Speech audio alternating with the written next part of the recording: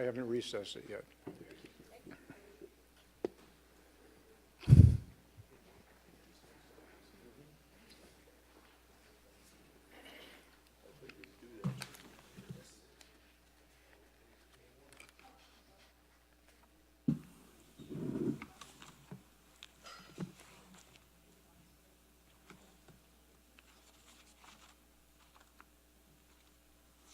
All set?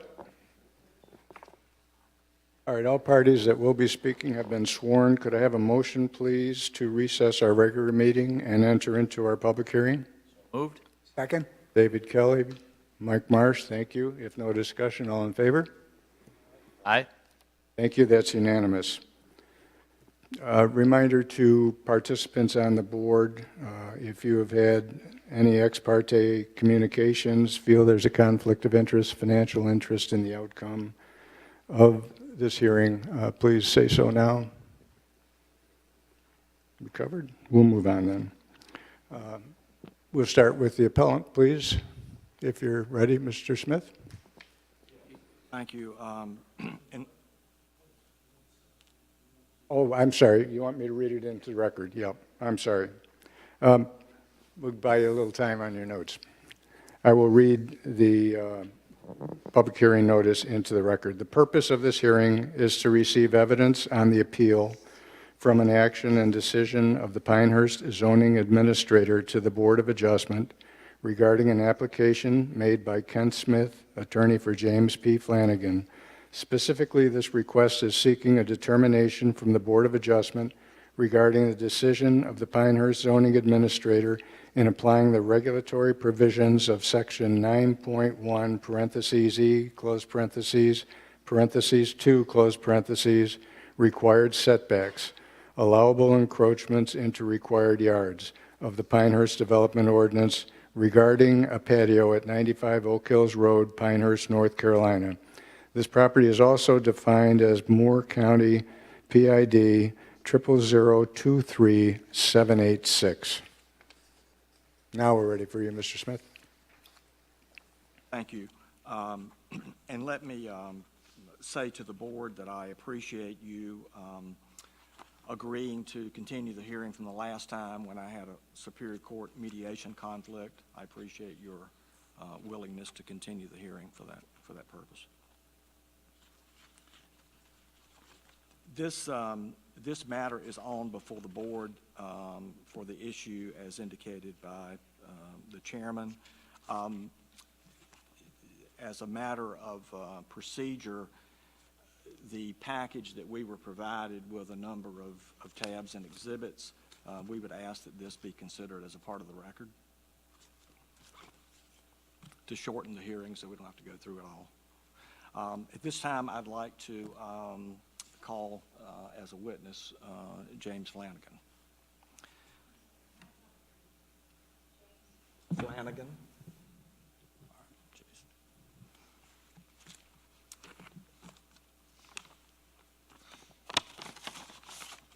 And before doing that, I have some additional exhibits I'd like to hand up, if I may, that he's going to identify. What is the nature of it? Is it new evidence? There's some photographs. There's some photographs and an email. Is the village aware of those? Not until right now. Okay, well, pass them out and then let's check and see if it's acceptable to the village as well. I think, Mr. Smith, you just intend to use those? Yeah. Do you just intend to use those to illustrate his testimony? Okay. It'd probably be okay for that purpose. Okay. With the exception of an email that I've received from the contractor. Thank you. You can pass them around then, or are they coming?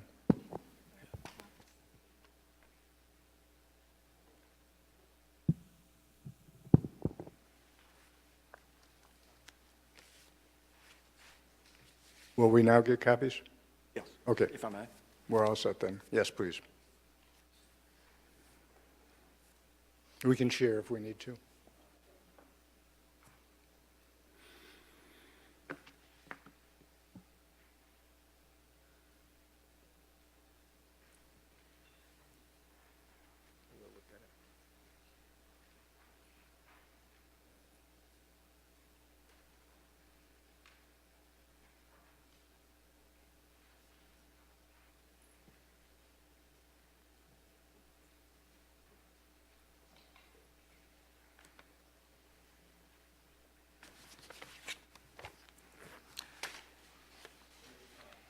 State your name, please. James Flanagan, What is your address? 95 Oak Hills Road, Pinehurst. And what is your occupation? I'm an orthopedic surgeon. Where do you practice? Cape Fear Valley Hospital in Fayetteville, North Carolina. But your residence is here in Pinehurst? Pinehurst, Okay. yes. Dr. Flanagan, can you tell the board how it is that you, Jeez. Okay. Y'all need some wireless mics. All right. I apologize. Dr. Flanagan, did you enter into a contract with KBT Landscape Design and Masonry to construct a patio at your residence? Yes, I did. Was that done sometime in the summer of 2017? Yes, it was in the summer of 2017. I had been thinking about doing this because I had some water issues at the house with erosion and wanted something to, there's a hillside there that kept washing away. And so I talked to the people at Fayetteville Block and just asked them who their best contractor was to build a patio for me, a deck.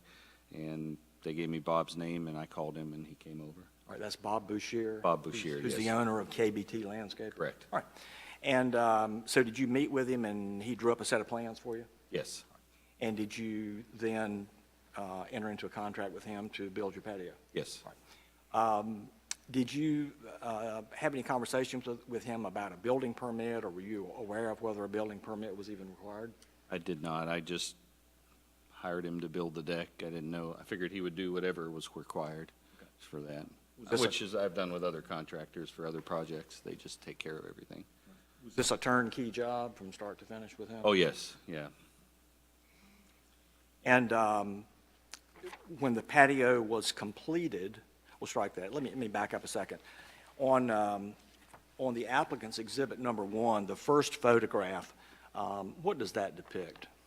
That's my property and the house on the left edge. That is the out-of-bounds stake for the golf course, and then the golf course would be on the right side. All of the grass that you see there is between the edge of the house and the deck to the out-of-bounds stake is my property. And you mentioned something about some water drainage issues. Is that Yeah, the if you road look you see in the foreground? All the way at the top, there's a large sewer drain that comes off of the road and the golf course, so the water runs like a river down through there every time it rains and clears out the pine straw and runs ditches in the area. So part of that was to prevent the wash from that sewer drain there. Yeah, So the edge of the patio is helping with keeping your property from eroding? correct. So did Mr. Bouchier and his company, in fact, construct your patio for you? They did. And when did you first learn about there being a need for a building permit? Actually, after he finished the construction, he called me a day or two later and said, "We need to get a permit for the patio." And I said, "Well, did you know we needed a permit?" He said, "No, I didn't realize we needed one, but I'll take care of it. I'll go pay for the permit and get this taken care of." So at that point, just like the building and the patio, you left it to Mr. Bouchier to do what was necessary to get the permit? What, more or less, what date was that you were informed? It was around the 10th or the 11th of October. I don't remember exactly which day it was, but sometime after the patio had been complete, he had left and moved all his equipment, and they were gone. And then he called me and said he needed to get a permit. And I said, "Okay, well, whatever we need to do." And so Mr. Bouchier then proceeded, as far as you knew, to try to apply for the permit? Yes, yeah, he told me that he would take care of that, and then later on had said that he was having difficulty getting the permit and he would have to get a survey. And did he go and get a survey, to your knowledge? No, he didn't. I ended up having to do that later on.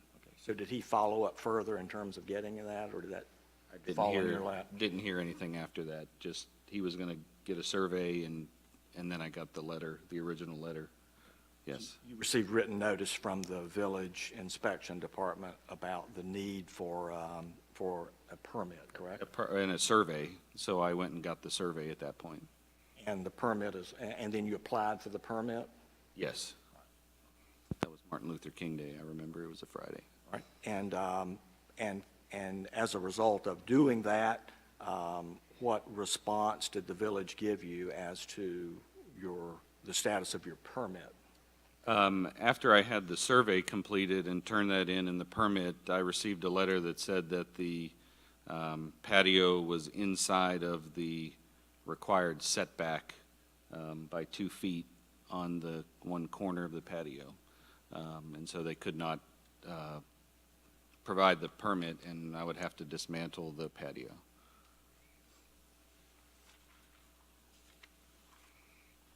Let me just ask you to look at these other photographs that are a part of the applicant's exhibit number 1. The second photograph, what does that depict? So that is looking from the house back at the corner of the patio. Actually, that's about the amount of the patio that is over the setback line as it cuts across the front corner of the patio there. And then the golf course being on the left-hand side, and you can see the out-of-bounds stakes down the left-hand side there. And then the next photograph, is that a photograph looking at the patio? That's looking at the patio from the golf course up towards the street, yes. And then the next photograph? Again, that would be the corner that's over the edge of the setback, and then the patio up to the house where the living room and game room is down on the bottom floor there. So the living room and the game front room that are on the below the overhanging deck, you would exit out those rooms and just walk straight across onto the patio? Correct, yeah, it's level with those. And that shows the grade there where the patio. Yeah, down, and that's water would wash all that out every time it rained where that patio is, yeah. And the last picture is that Just the one? opposite side of the deck, All right. yeah. Okay. And then the last one is an email. Yes, that was just Bob stating that he didn't know there was a permit required, which he told me. And you,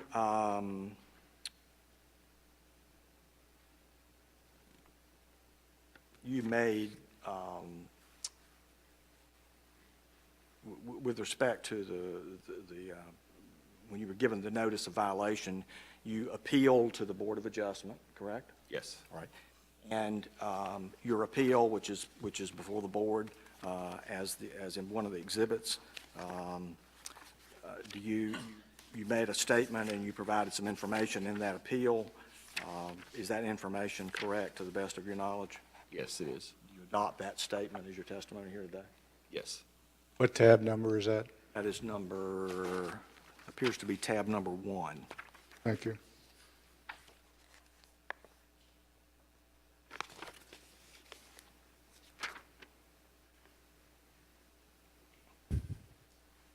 Had anyone complained to you about the construction of the patio, either prior to it being, or in the course of it being constructed, or afterwards? No. Actually, I've had comments or compliments every day as I sit out there as the golfers come by. They say, nice patio.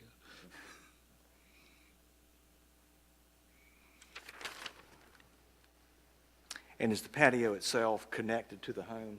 It's Yes, it is. all part of one? It's all part of the one floor.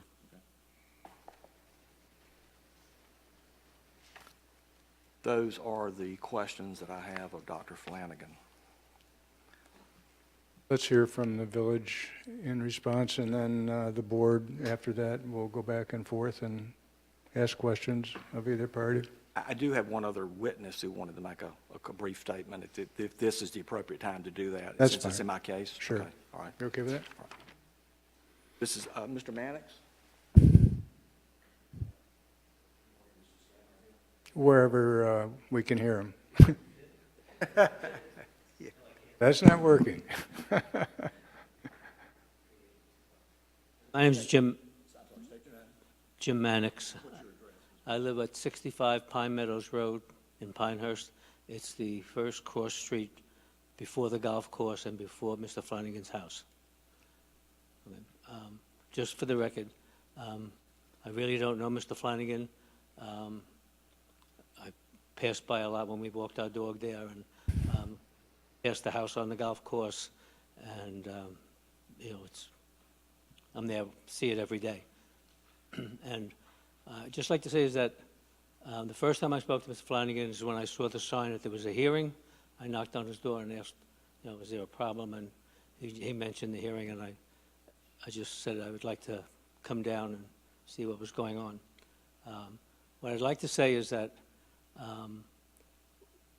the house was owned by a very lovely elderly couple before he purchased the house.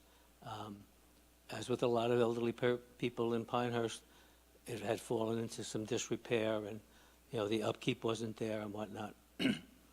After the house was purchased, there was a significant amount of work being done, cleanup being done, and we were particularly thrilled to see the shrubbery that was put in, and some step downs onto the property going towards the golf course, where there was basically nothing but dirt and pine straw and some debris. And the property is now, really pristine. If you saw the pictures, there's probably a picture of the deck upstairs. That before Mr. Flanagan owned it, that was practically falling down. We went in, my wife and I had gone in when they had the estate sale, and we could see that, you wouldn't want to spend a whole lot of time out on that deck. And now that's also beautiful. And the deck that was put in is absolutely fantastic. I mean, it just beautifies the entire area. And from what was there to what's there now is 100% improvement. And I think, I'm not a lawyer, I'm not an expert, but it seems to me that it would be a little unfair to punish someone who has spent a lot of time and effort into making the property better, making the town better.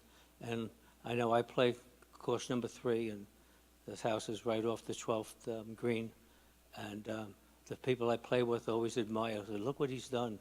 Boy, what's he going to do next? Everything is beautiful. And I just think it's important that you know that everything he's done has just improved the property and the neighborhood. Thank you. Thank you, Mr. Maddox. Thank you. Village? At this point, I would ask if the board would just like background information, or I'll answer any questions. Let's take background, because there is a sequence of communications in here, and I think it would help if we understood that. Okay, so our office received an anonymous call complaint that there may be work being done at the property without a permit. It was placed on the inspector's schedule for the next day, the building inspectors to go check and see. They went by and they noticed that the patio was erected and we didn't have anything on file. They verified that there was not a need for a building permit for the building official under building code for them to inspect. However, it did need a development permit based on our development ordinance for zoning regulations.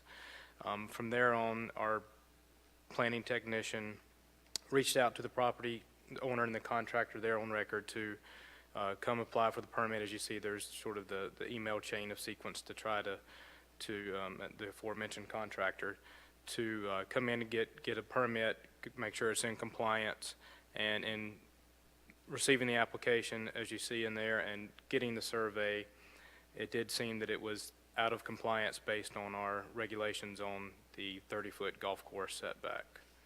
And from there on, Mr. Flanagan was issued a notice that he was in violation and that he had a time frame to either remove the patio or appeal the decision to the Board of Adjustment, which he did. Do you remember the date on that, when he was involved in it, the contractor? I do believe it was in October. So I think that the time frame that Mr. Flanagan provided earlier did. Well, it started October 10th, but then there's a series of emails after that between the contractor and the village, I believe. You might want to recap those for us as well.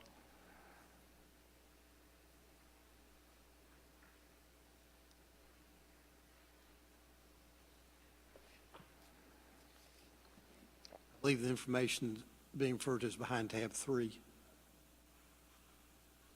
Okay, so yeah, it looks like from October 10th and October 17th, there was some correspondence.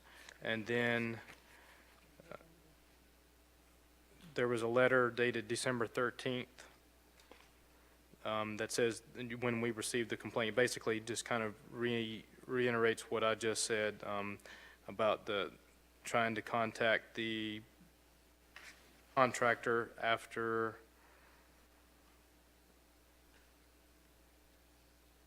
I lost a date here.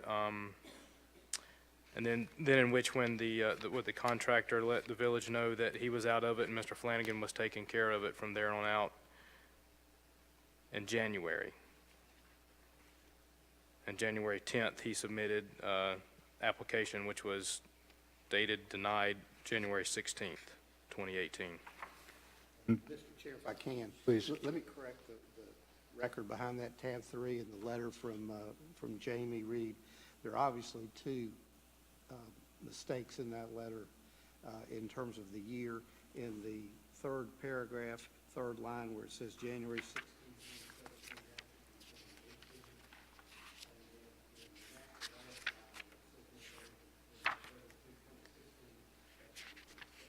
Thank you.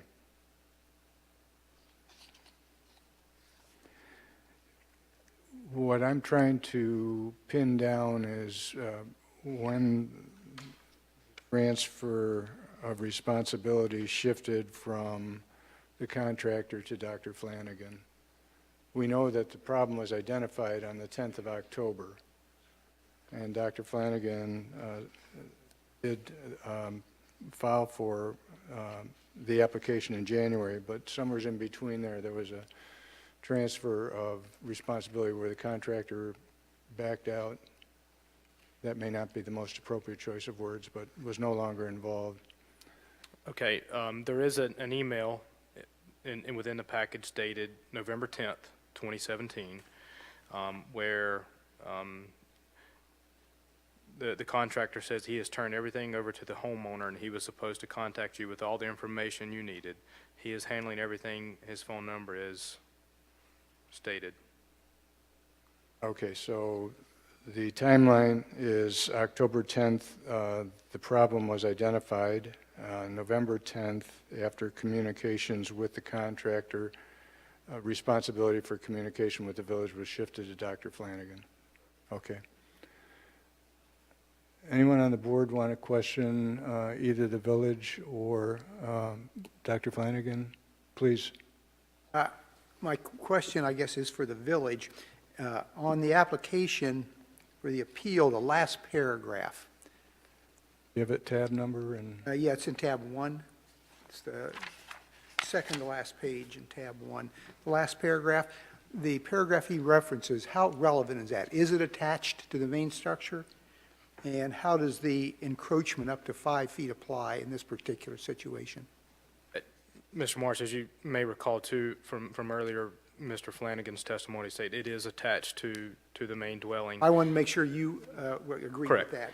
And the section reference, which is, well, also referenced in the application for the appeal, patios are allowed to encroach into the side and rear setback, however, not the golf course setback, which is how staff has always applied that terminology, and Mr. Flanagan does have the property there that does abut the golf course. Okay, that was the Determination. clarification I was looking for. It was golf course rather than just rear. I have a question for Mr. Smith.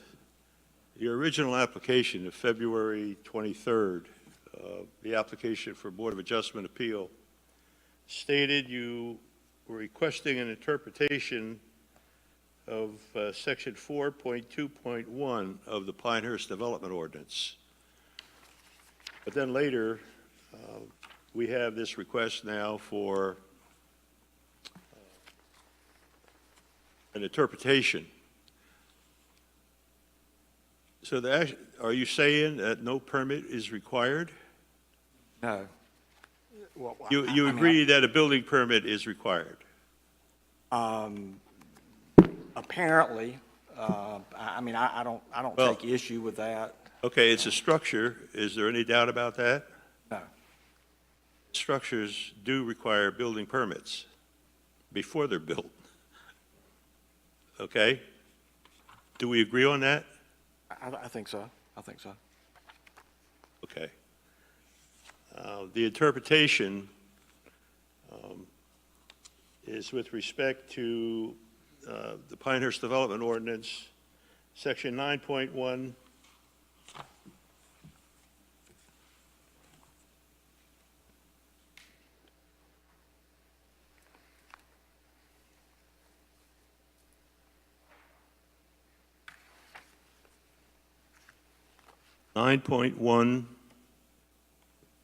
D.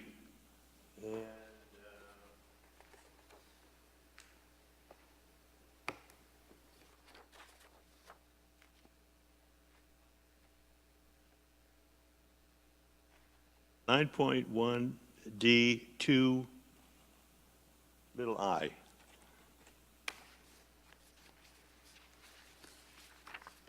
Correct. Okay? Just wanted to clarify that. Thank you. Dr. Flanagan, Yes. I'm looking at the picture number 1. Yes. In your mind, what does that white stake designate? Well, I thought it was the property line between myself and the golf course. That's the out-of-bounds marker, so that would be the designation of where the property line for the golf course and my property would end or stop. And if you measure the patio to the out-of-bounds, it's over 30 feet. It's just when they did the survey, the way the lines, if you look at the survey, how they kind of angle a little bit, there's a little portion there that kicks in a couple of feet and then goes up. And so the very edge of the patio on the survey, you can just see that little dotted line where it kind of crosses just right over the very corner of the deck, puts it inside the actual setback. But if you're standing there or looking at the golf course, you would never, I mean, it's a fairly good distance from that stake. So you don't think the white marker is actually your property line? After they did the survey, it is a couple feet short of my property. It is about a foot inside of that. It's a little bit, where they dug the holes and put the survey stakes in, was inside of where that out-of-bounds stake was. So until they actually did the survey, I did not know that. What does it mean when you hit your ball out of bounds in your mind? Off of the golf course property. Thank you. Yeah, I had a couple. Dr. Flanagan, can you tell me what the start and completion dates were for the contractor's work, more or less? It took them about 3 weeks to build it. So they started in probably the second week in September, and they finished right around October 10th because they were gone when he told me that.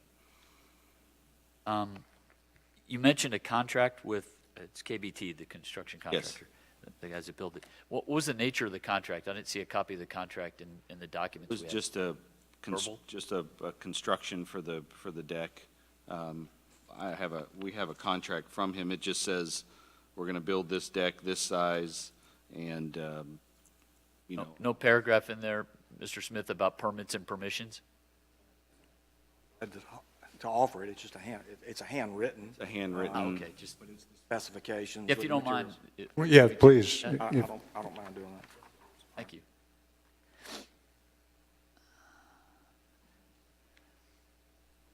So this is a question for I only have the- one, but I'll mark it as appellate. So- We'll get it back to you. Start with Mr. Kelly. I'll take a look in a couple of seconds, but I'll move on. one's for the village.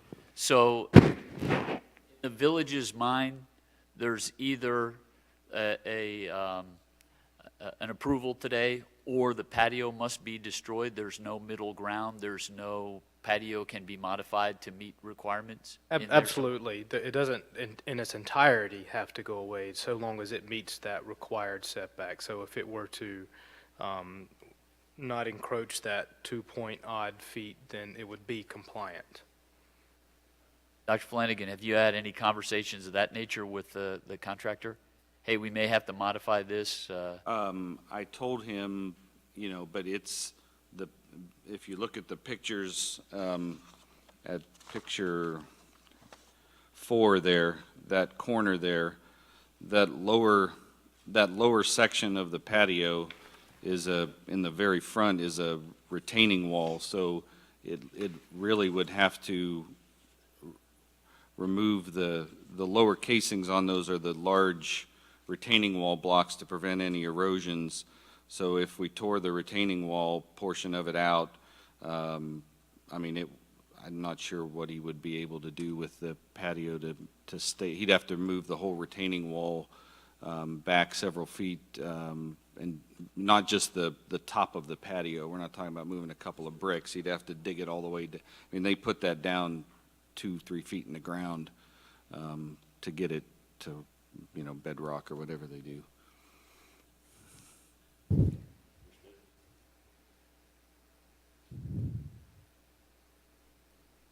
I don't have any other questions. Cindy, anything? I have a question for the village. On the bottom of the permit, there are 2 notes. One was that the application was denied due to encroachment into setback and an incomplete application. Have you received a completed application? No. Know what the impervious surface percentage is with this patio? What is it? 8, the surveyor didn't, we had him redo that. We had him.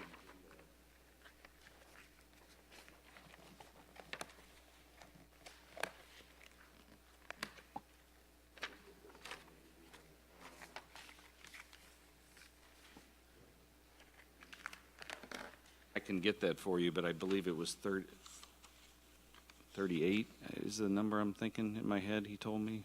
It was less than the Less than- 40%? Oh, there it is. 33.9.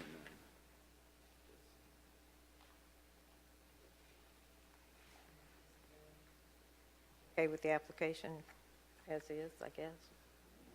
I couldn't hear you. I said, and you're okay with the application as is? Well, the note does indicate that it is incomplete, although we could, if there was an incomplete application, we would just work with the applicant to provide us the rest of the information we would need, as the setback is the issue. Mhm. Okay, thank you.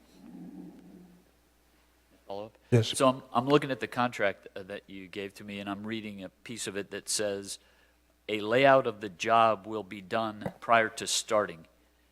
Did he give you some sketches or some design sketches or something like that? They drove stakes in the ground and, laid it out, where it was gonna go. There wasn't like a handwritten architectural design or anything. It was just the size of the patio, where it would sit against the house, and then they drove whatever survey type Like stakes. wooden stakes with red ribbons tied around the top of them? They were big steel posts, but yes. And did he have surveying equipment out there to place the stakes? I don't think he had surveying equipment. He had, they had leveling, laser level type stuff for distance and square and all that. Okay, thank you. Joe, do you need to follow up on anything? I've got a question for the village. Why does not PDO Section 9.1 E2 little I pertain here?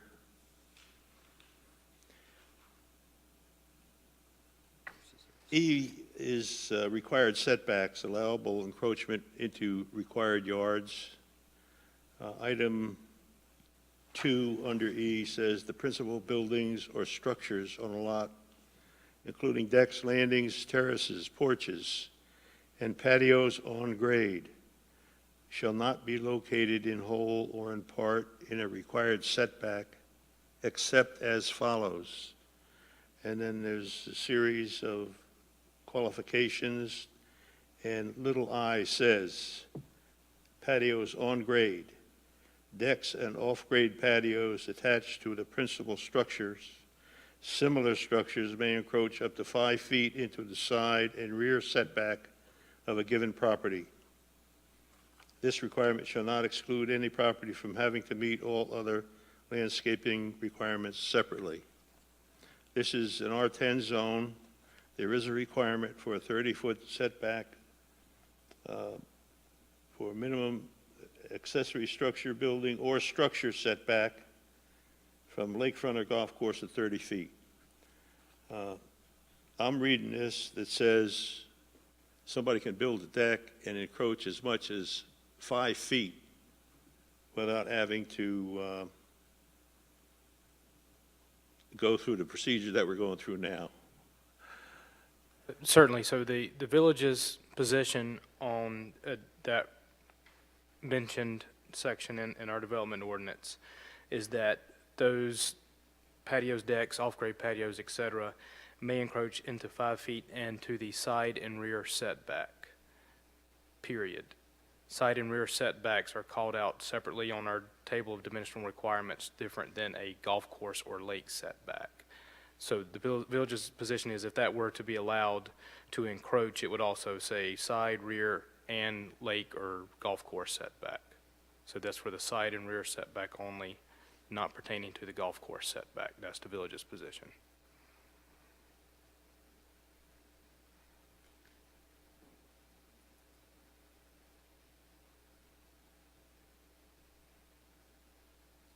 Okay, I guess that's how it's interpreted, and it has been in the past.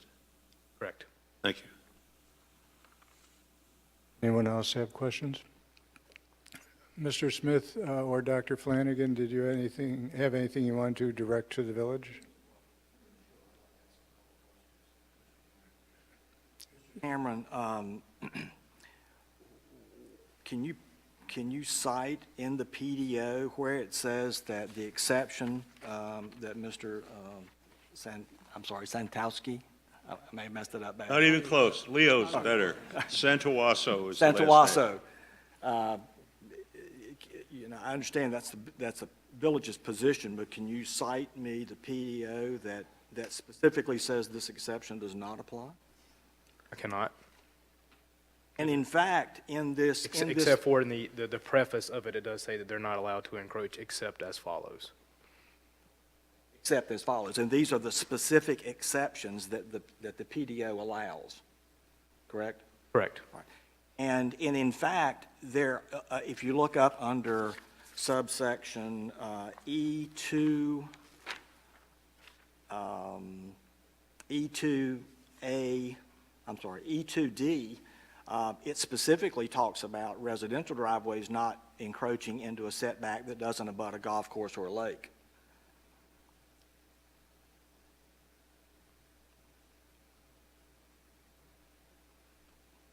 While he's thinking about that, I have to ask a question. Will, are you intending to speak, and have you been sworn? I just want to get sworn in just in case, Chairman. Yeah, please.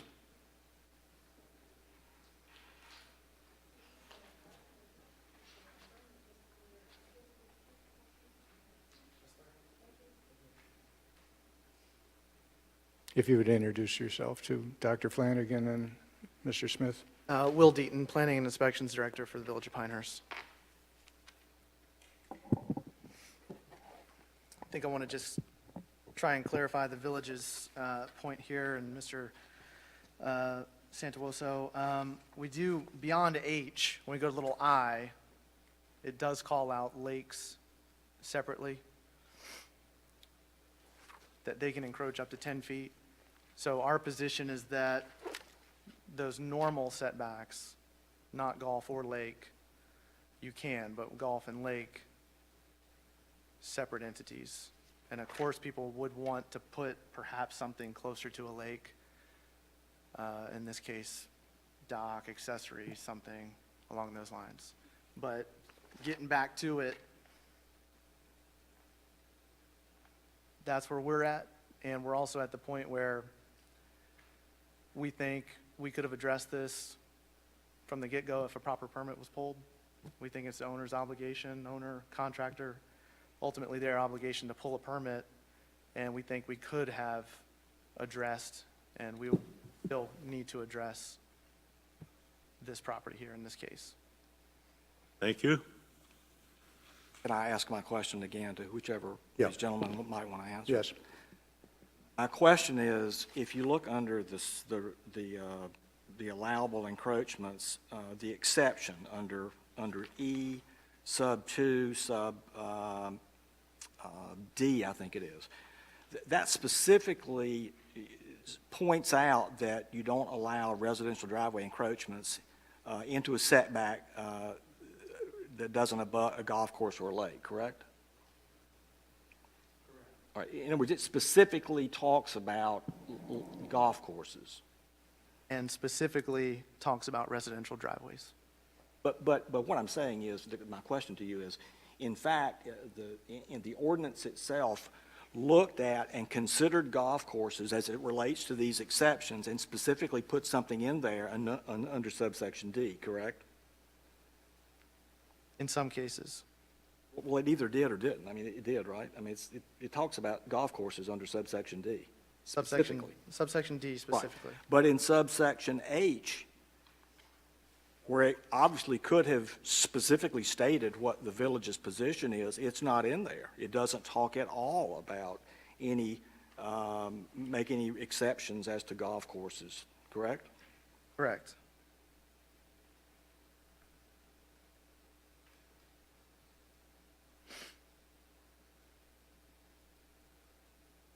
Anything else, Mr. Smith?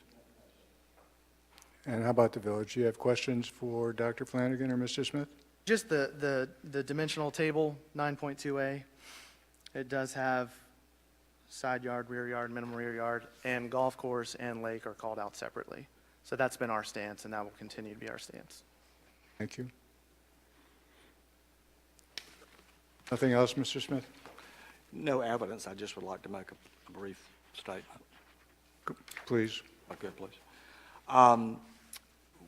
We certainly agree with the village that it's unfortunate that a building permit wasn't obtained. Dr. Flanagan has testified, and I think it's reasonable that he tried to get a turnkey job. He wasn't, like many other homeowners, not thinking about the specifics about whether or not there was a permit required. He left that to this guy who was a masonry contractor.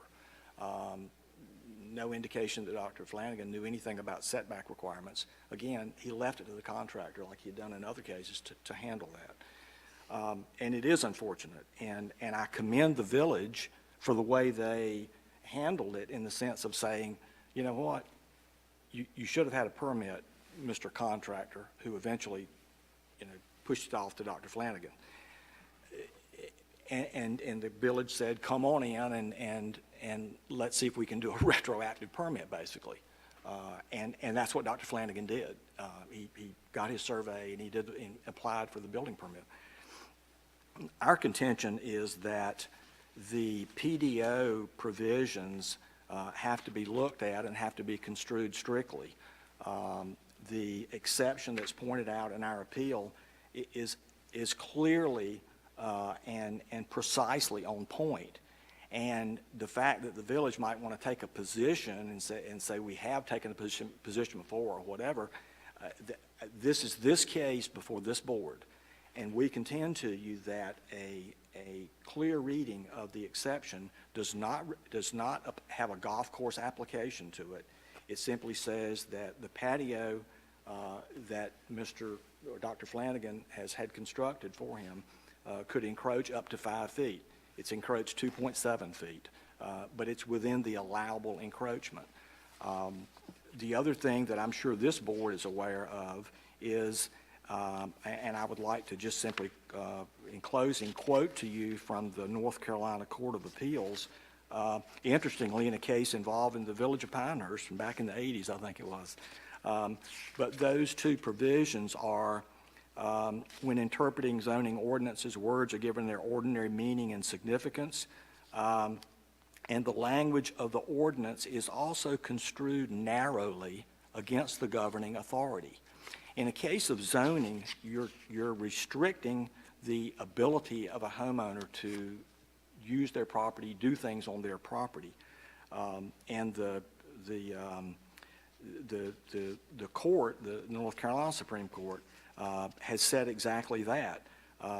The court, and I read this from the Court of Appeals, our courts have consistently held that when municipalities restrict the rights of private citizens in the use of their own property, the municipal ordinances must be construed narrowly against the municipality.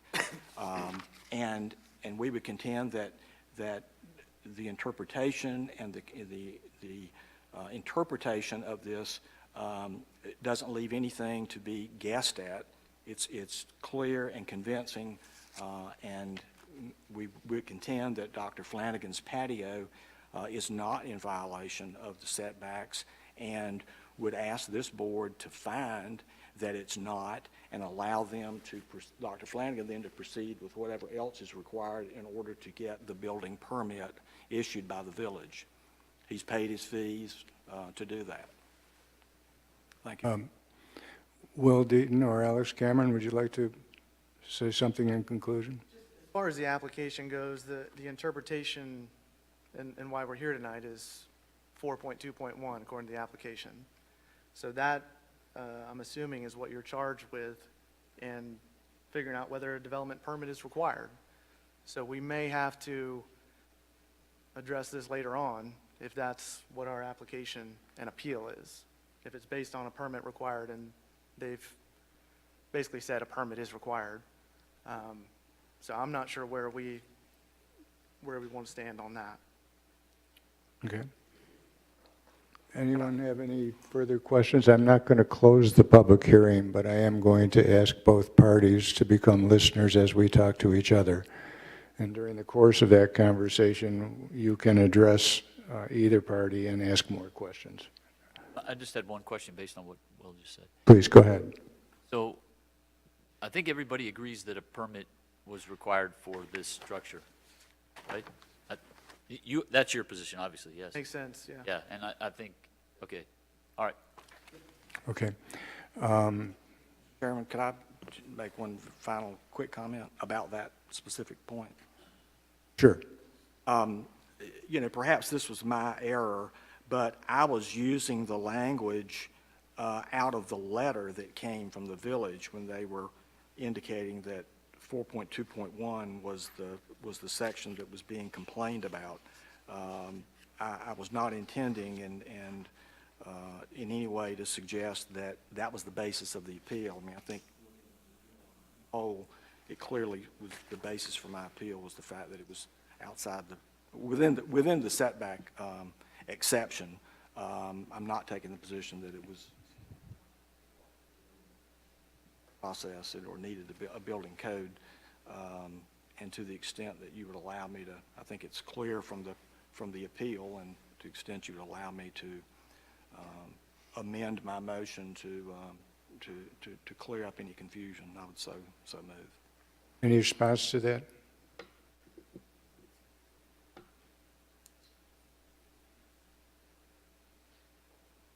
If that's the case, I just want to make sure that our advertisement was legal and proper. Looks like the advertisement talks about, the application. This board is to hear our appeal in the application of in applying the regulatory provisions of section 9.1.E.2 required setbacks. I think that's the case. I think it's that's mentioned in the advertisement. And also, there's a procedure in civil courts where when evidence is introduced at a hearing that might differ a little bit from the application, judges usually allow the parties to amend the complaint to incorporate those arguments. And I don't think there's really any dissension here as to what the real issues of the case are. And with that being the case, and with the advertisement addressing that particular session, I don't really think there are any procedural defects with you, considering the interpretation of what has been presented to you. Okay, thank you.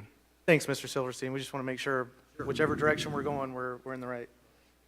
Okay, folks, you get to be listeners, and if we have questions for any of you, we will ask you to speak. We will now talk to each other, but the public hearing remains open. I have to say, from a chair's standpoint, that interesting, anything that comes before us always becomes quite quizzical.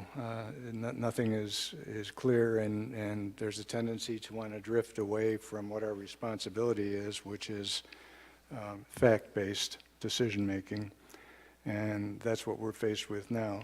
I would suggest we discuss this for a few minutes. We have several options available to us after that. We can make a motion to uphold the appellant. We can make a motion to deny the appellant.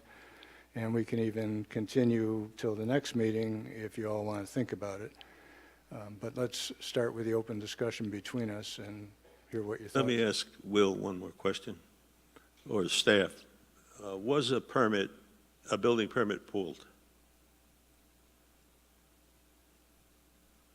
You'll see there's an application that was submitted after planning technician, Ms. Reed, tried to reach out to the contractor and then, of course, turned it over to the property owner to get it compliant. And, of course, the application was then denied, which is what the appeal was based on. Were there any fines collected? No, within the letter, they had after the denial, they had the opportunity to either bring it into compliance and with a completed application or appeal the decision, which here we are. Thanks. If the patio had been in compliance, would there have been any problem in issuing a permit retroactively?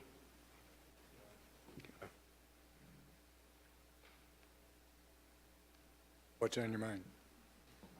What I would, at least not being fairly new, I would suggest that the applicant apply for a variance and then apply for a building permit if the variance goes through. If the variance isn't permitted, then I have no idea what would be the next step. But if we were to find in favor of the appellant, then de facto he doesn't have to go through that process, correct? So, I mean, he's already gone out and paid for a survey and paid for this process, legal representation. Personally, I wouldn't see merit in doing that. For me, and I'm not speaking for everybody, for me, I've heard what I would need to make a decision. I was thinking So, worst best case. understood. But, and I appreciate what Dr. Flanagan's saying. Look, I have a contractor. I asked around my neighborhood. I got a contractor. He's a medical doctor. He's probably not versed in the PDO as well as we are that read it every day. You expect, hey, I've got a building contractor who's going to come build something for me. He ought to know what he's doing. And in this case, he didn't. And, that's a challenge. I'd also, as I look at the photos of the patio, we're not talking about some, a wooden structure that can easily be modified. I appreciate what Dr. Flanagan was saying. I mean, it has foundations. It's a serious structure. And I also appreciate the comments from the neighbor that says, hey, it looks nice as well. I also understand that OB stakes do not define the property boundaries, as they can move and et cetera, but that's my feelings. With respect to the property boundaries, the survey is pretty specific in that regard and indicates the encroachment. And according to the PDO, you can't read anything into it if it doesn't say something. So I'm of the opinion that the interpretation made by the staff is the correct one.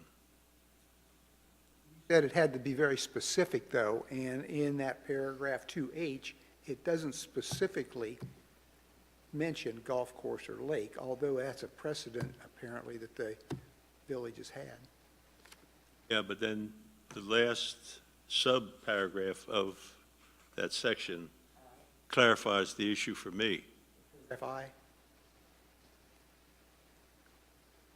I would have a concern that contractors, if they go ahead and build and you have a substantial structure and they don't do the survey and they don't get the permit, and they say, well, if it's real substantial, they'll go ahead and pass it and you don't have to worry about it. I would want to make sure that we don't discourage contractors from getting permits and doing it the correct way, but not at your expense, but, Actually, I think I go a step further than you on that, and when I started to express myself when we began talking to each other, that compassion factor kicks in when we are to be fact-based. And what concerns me when I set aside my compassion is setting a precedent of past practice that if here, then the next time, and the next time, which is going a little bit deeper than where you were with your comment, Cindy.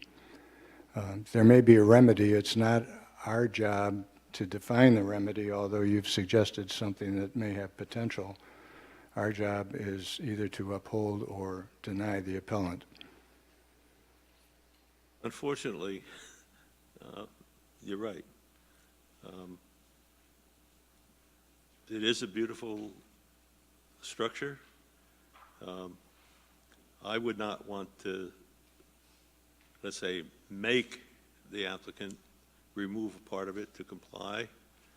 I believe the procedures that staff followed were in accordance with the PDO, and maybe there is a potential for an application for a variance down the road so that the structure can remain as is, and if the variance is approved, become legal with all the other stipulated requirements being followed and fees paid and et cetera, et cetera. In everything, shouldn't the punishment fit the crime? So I would say that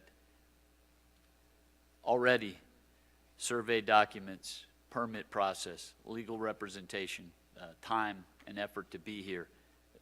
Do we really want to find that? I think there's a right thing to do. My gut tells me the right thing to do here. I appreciate what the folks from Village Council, folks from the village have done in reviewing this, and we need to make sure that things are followed. I don't agree that we would set a precedent that all of a sudden everything's going to be abutting the golf course and it's going to be encroachment everywhere.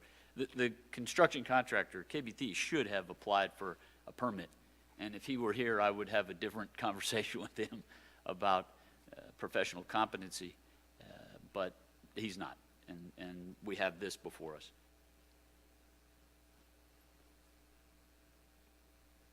To the village without a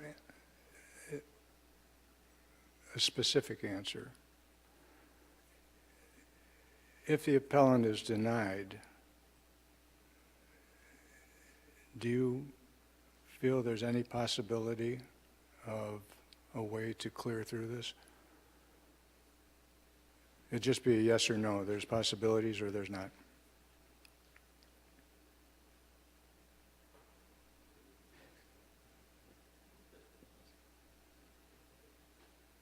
Yes. Thank you. We need a 4-to-1 vote to uphold. You really don't. Pardon? You only need a supermajority to grant a variance. You do not need a supermajority to uphold an interpretation. That only requires a majority vote. So we need 3. Correct. Okay. If you want to vote, we need a motion to either uphold the appellant or to deny the appellant, and a second. And either way, it'll come out based on how 5 people vote. Are you all ready to vote? I am. Okay. Someone pick a motion, make a motion. Either way, we can make it work.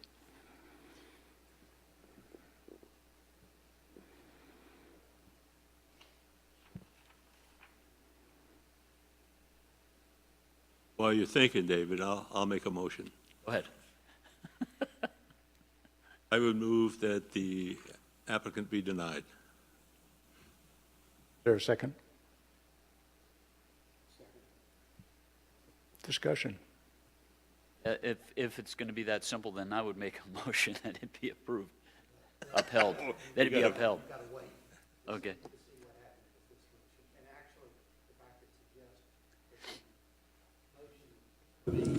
That the motion be styled a motion to uphold the village's interpretation. Agreed. The motion is to uphold the village's interpretation made by Leo and seconded by Mike Marsh. Any further discussion? Let's vote. Cindy? Uphold the village? I David? disagree. Pardon? No from David Kelly? Yes. Upheld Mike Marsh? I uphold Leo? Yes. 4-1. Thank you very much. Could I have a motion, please, to close this public hearing and go back into our regular meeting? Moved. From Leo, assuming no discussion? All in favor? Aye. Thank you. We're back in regular session. If you want to clear the tables, we can take 5, but not much longer than that, and we'll get into the second public hearing. Thank you. Mr. Chairman, could I, in accordance with the PDO, excuse me, in accordance with the PDO, this is a request, a written request for a copy of the decision to be provided to Dr. Flanagan and I, as I read the PDO, that I'm supposed to provide that in writing at the time of the hearing, so I have it. I'll submit it to you. It will be provided. Thank you. Did you get back the contract? Here it is.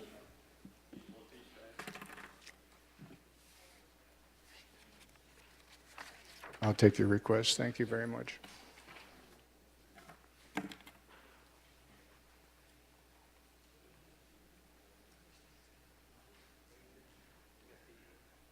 You may need these.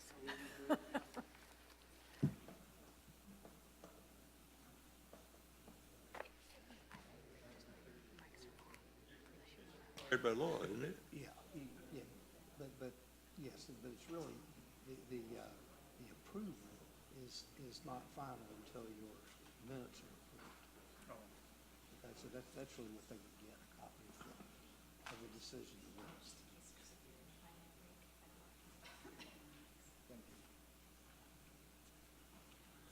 You want that? It's got issues, doesn't it? So, you reached a decision, but until the minutes are approved.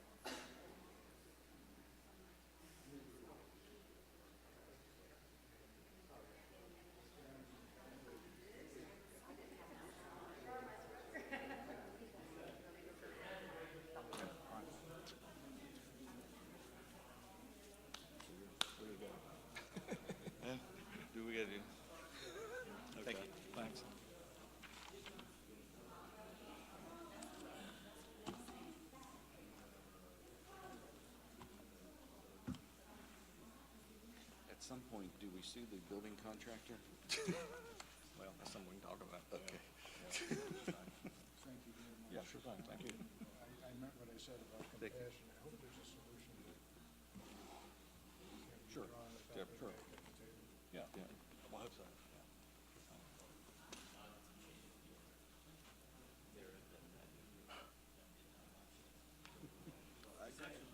Thank you. It's a nice patio. It wasn't a $15 patio.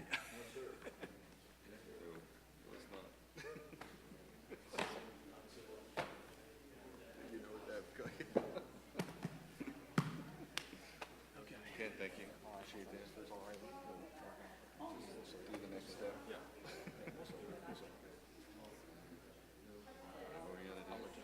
Yep, thanks.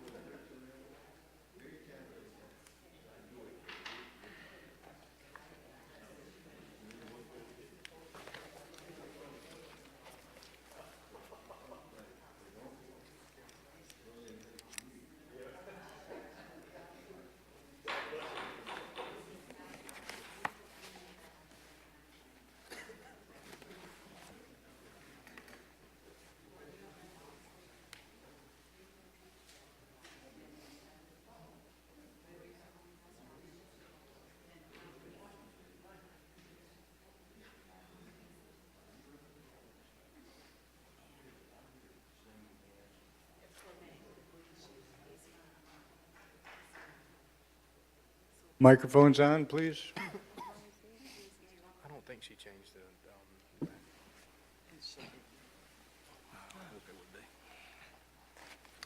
We are out of recess, and I would ask that anyone that will be speaking in, or with regard to public hearing number 2 would be sworn at this time.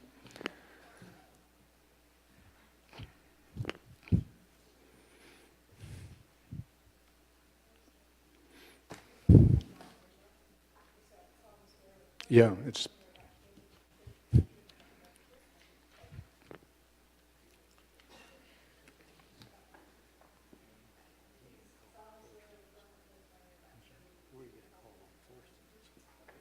village is going to read it into the record, which is our.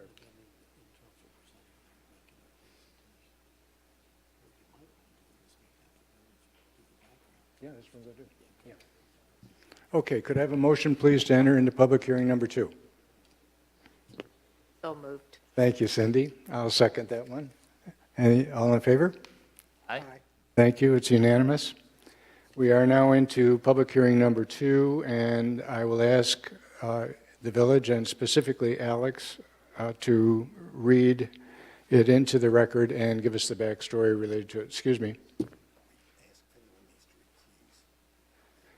Oh, I'm sorry. I do need to repeat on public hearing number 2. Does anyone need to recuse themselves for conflict of interest, potential financial gain, ex parte communications?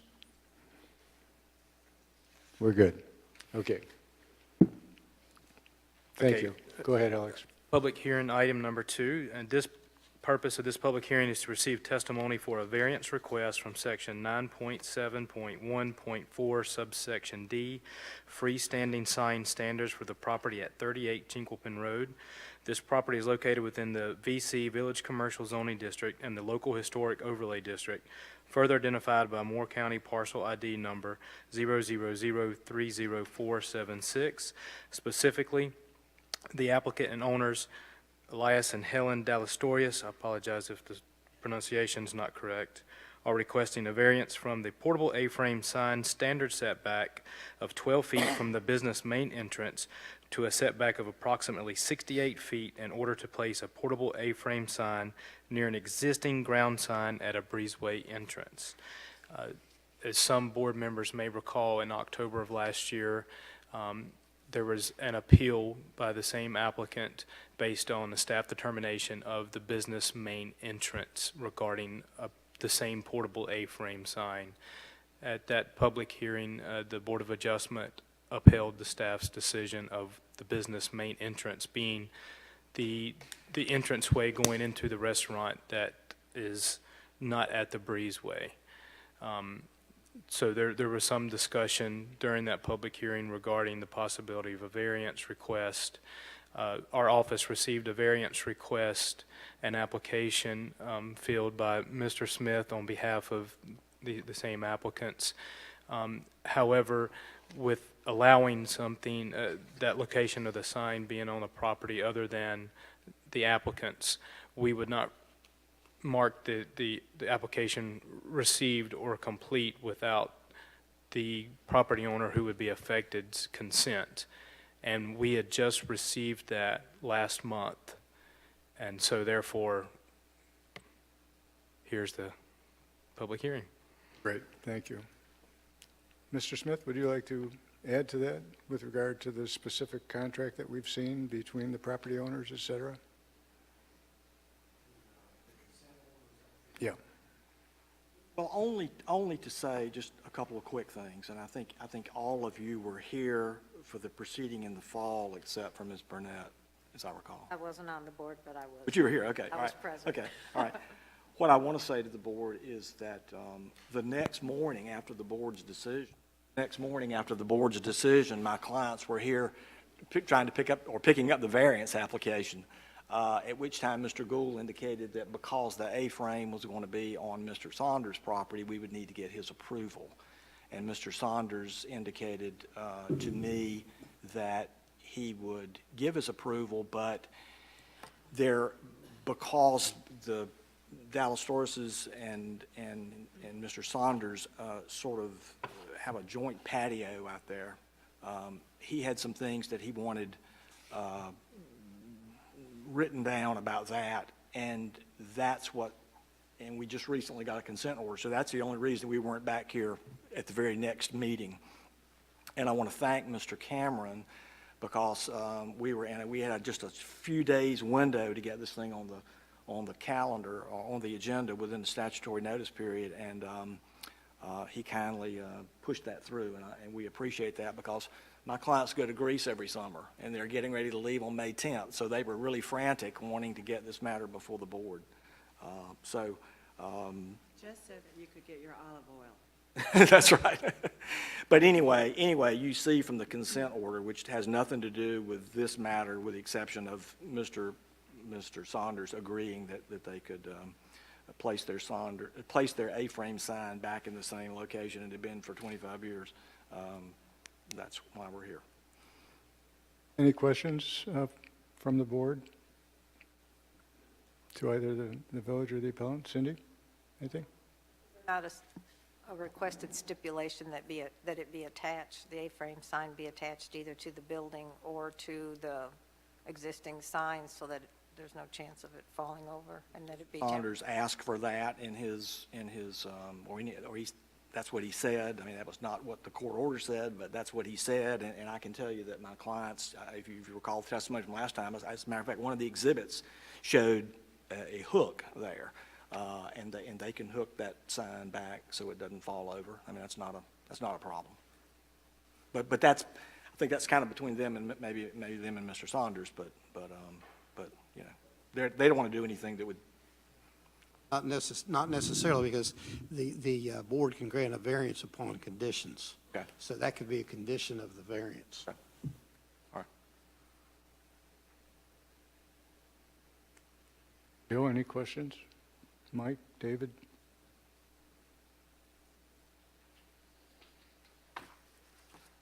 How long is the variance good for? And I know that sounds like an uneducated question, but the agreement between the parties is as long as the owner, it doesn't transfer with title. Is that correct? The agreement that has been reached? That you have? I'll take you off the hook if you'd like me to, unless you want to answer that. I just need an answer. A variance runs with the land. So unless, again, you were to put a condition on the variance that it would expire with the current owner, which you could do, it would run with the land. Well, the agreement between the two parties expires if ownership changes. Am I correct in that? That would not impact the variance. No, unless it was a condition, that Well, the variance expired at the same time, That's correct. which is the point I'm trying to make, as to whether that should be a condition of the variance. Otherwise, the fact that there's a consent order would not bind the variance granted by the village, by this board. Yeah. I'm sorry, Councilman. It seems to me that the board is trying to determine whether or not a variance is appropriate, given the four requirements that you have. I'm reading the tea leaves, and I think that probably is the feeling. I'm just trying to figure out if there's conditions that would be put on it. Right, and as I, understand it, I mean, Mr. Saunders, if he sells the property, I mean, he can't bind the subsequent property owner, but that would be between the parties at that, at that point. I think that's correct. I think that if the board granted a variance without the condition, the new owner of the property would not necessarily be bound by it. It would be an interesting question, because the variance does run with the land, but in this case, they're actually putting the sign on property they do not own, but which for which it has easement. Right. That's information, but it's not a suggestion. It's really not. It's totally up to the board. Okay. Any discussion? Would you like me to close the public hearing and go to a vote, or keep the public hearing open in case you have any questions as we discuss? This letter from Jim Saunders, where he basically says that he agrees to this consent decree with the one stipulation of it being mounted. So do we add that? Can we add that, or do we have to decide if we want to add that, or what do we do with that? You can put on as long as the condition is reasonably related to the variance request, you can put on any condition you want to. Well, when I read this letter, it sounds like his consent is conditional upon this stipulation. Am I reading that correctly? No. I don't want to interpret court. Okay. Well, this is just a letter that, But I think as Mr. Smith pointed out, obviously, Mr. Saunders is concerned about what would happen if he tries to sell the building one day. And that, you may want to consider that, you may not. That's really, as I said, I think that's totally up to you.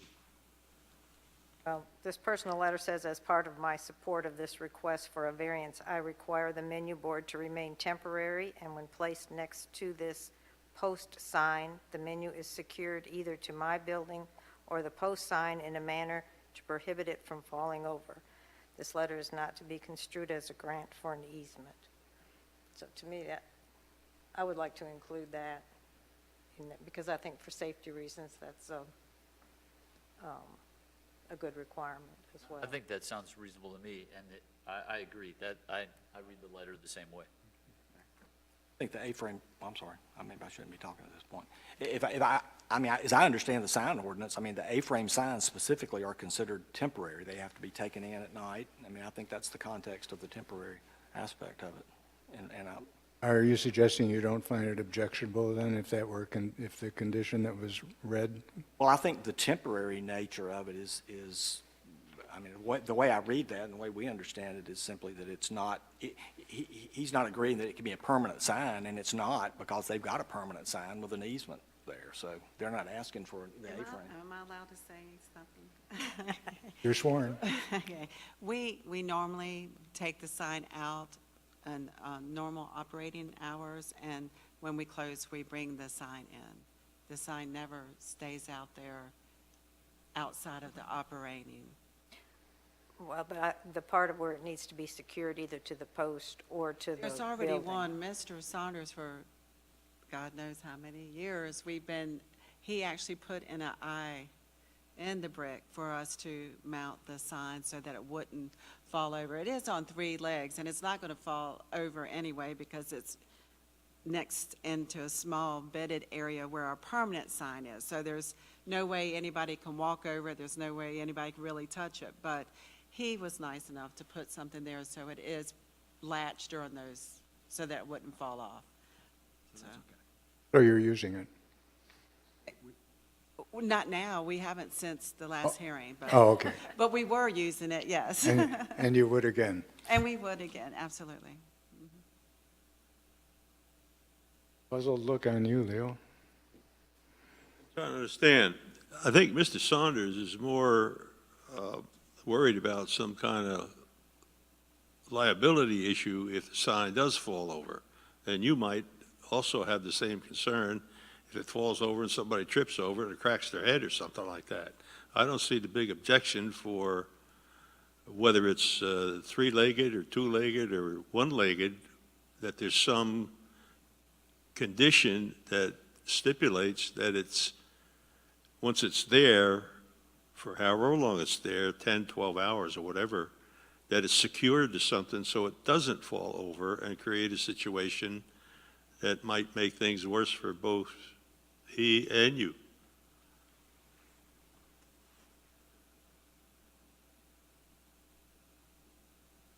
I mean, it's there. We've used it, always have used it. We're not So objecting to We're that. not We're not objecting to objecting that. to Okay.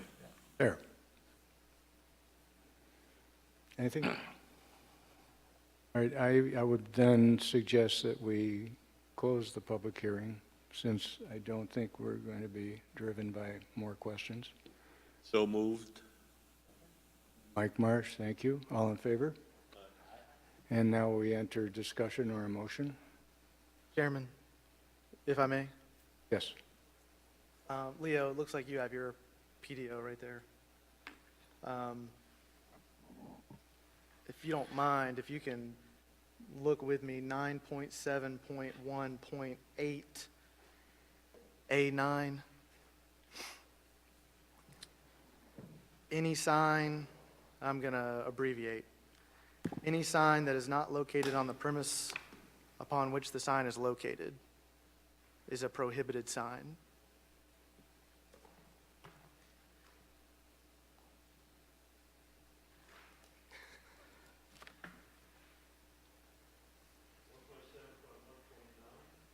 Nine 9.7.1.8 prohibited signs, A9.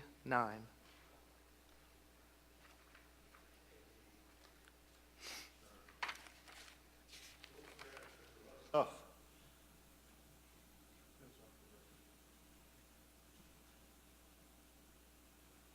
A9, okay.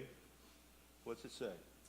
Basically, any sign that copies or imitates an official sign or that purports to have official status, any sign that is used to attract attention to an object, person, product, institution, organization, business, service, event, or location that is not located on the premise upon which the sign is located is a prohibited sign.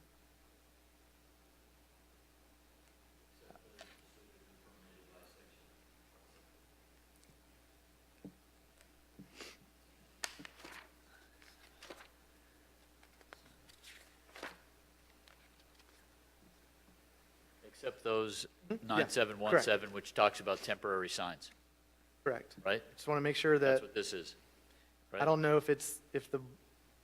I'm not an attorney, but I want to make sure the board is not approving arbitrarily something that is prohibited in the code. And I don't know I think our interpretation of temporary business real estate, coming soon, yard sales, et cetera. So, Interpretation come down to the further interpretation of a necessary hardship that results from the strict application of the ordinance on how much damage is done to the business.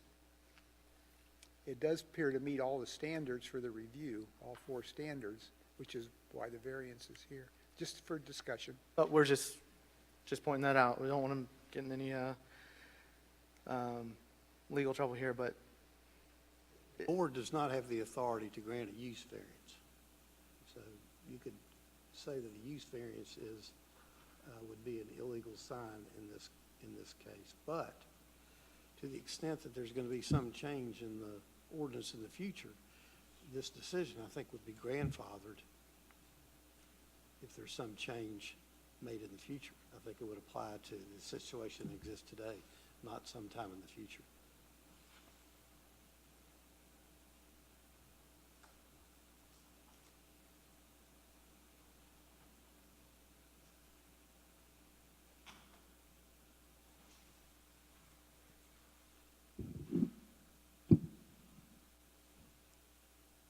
Okay, if this sign is permitted to be located off premises, why would that paragraph apply?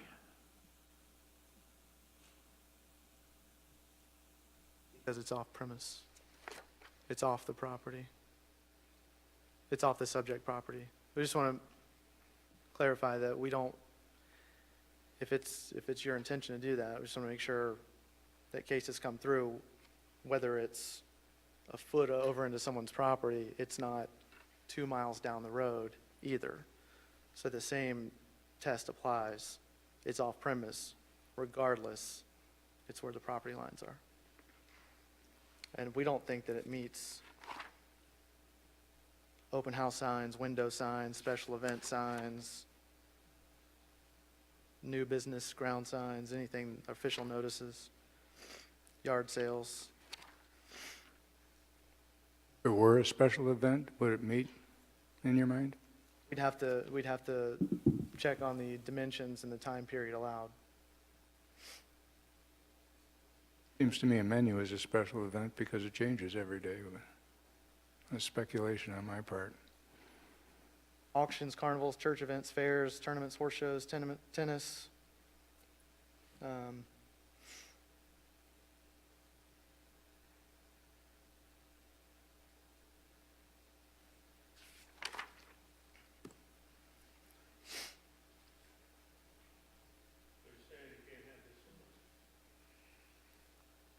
That's a good question.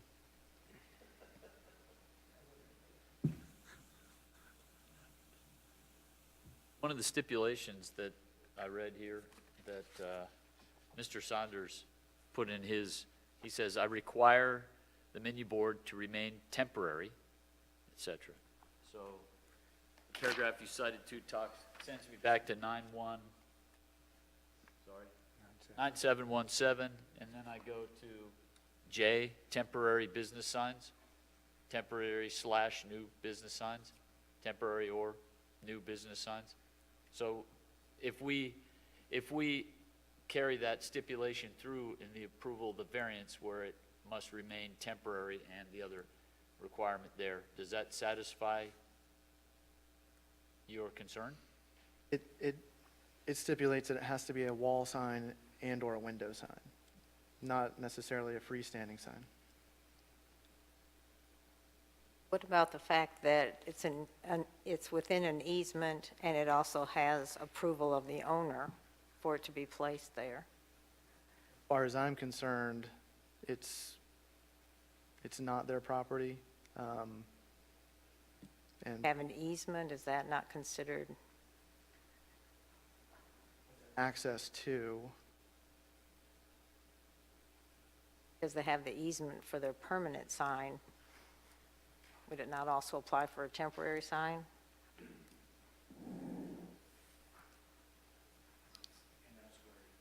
That's where it's been, that's where it is, that whole little section right there.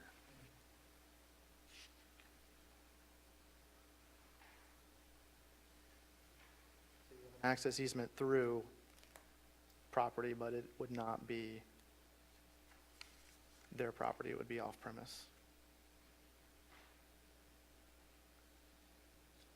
Also have some, this would be a good law exam case.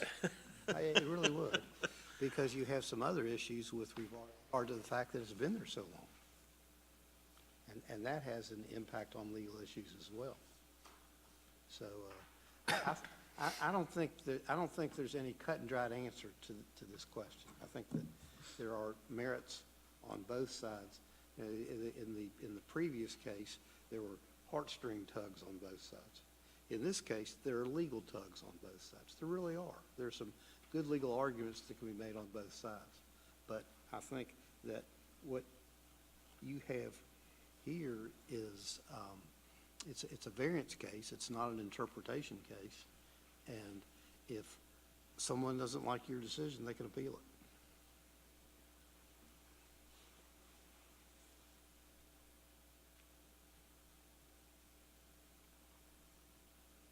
I had closed the public hearing, but are you done? Unless you have any further questions. We'll consider that that was a question. We ask you what you had on your mind. Continue discussion then with us, or we can take a motion. Preface the approval with something like, given the historical precedent of this particular sign, given the agreement from the, You wouldn't really need to do that because it's part of the record.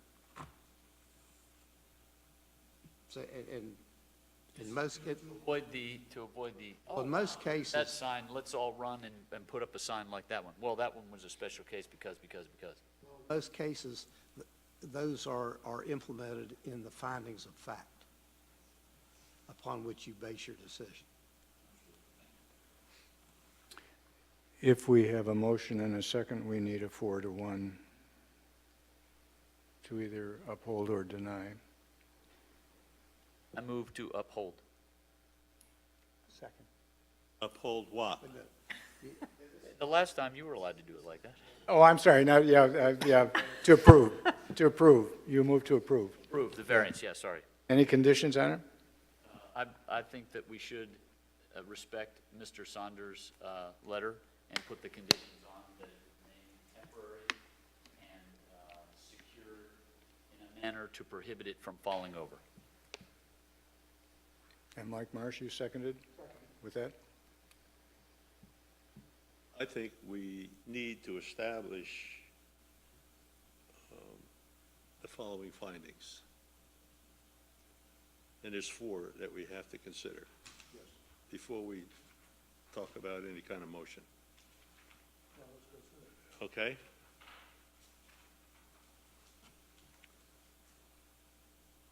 In my opinion, there is an unnecessary hardship that would result from the strict application of the ordinance in this case. It is also my opinion that the hardship results from conditions that are peculiar to the property. Because the property has no frontage on a public street, it was previously established that a breezeway is not the front door. There's no other place where a sign can be located. And that's a hardship, I believe, because the business needs a sign. Additionally, the hardship did not result from actions taken by the applicant or the property owner. And finally, that the requested variance is consistent with the spirit, purpose, and intent of the ordinance, such that public safety is secured and substantial justice is achieved. That being said, I would move to approve the applicant's request for a variance. We have a motion on the board. David, with the condition added of the Saunders letter. And as part of our discussion, you have reminded of our obligation on the standards of review. You agree with them all, as do I. Does anyone else that is voting not agree? Cindy, I can't see you. Okay. Including the stipulation that you That's part of my motion, right. Mike Yes. Marsh, seconded. Thanks for thanks for putting that in the record, though, Leo. Any further discussion? Let's vote. Cindy? David? Mike? In favor. Fred? In favor? In favor? Unanimous. 5-0. Thank you very much. May I have a motion to, did I close the public meeting? Yeah, you did. I did, okay. All right. Yes, that's right. Yeah, and then we sort of had an oblique reopening. I don't think we have anything else on our agenda except the date of the next meeting is June, what, 7th? 7th. Right now, does everyone know that they'll be available? I will be. I think I will be. Good deal. If there's nothing else, I'll take a motion to adjourn. So moved. Second? All in favor? Aye. Thank you. Am I allowed to say something, please? I just want to thank you all for understanding and know, out of the 26 years, Pinehurst is our home. I'm from Williamsburg, Virginia, so it was a big draw for me. And you may not know, but we were featured in Our State magazine, the only restaurant in Moore County, and we represented Pinehurst. So if you get the May edition, please look it up.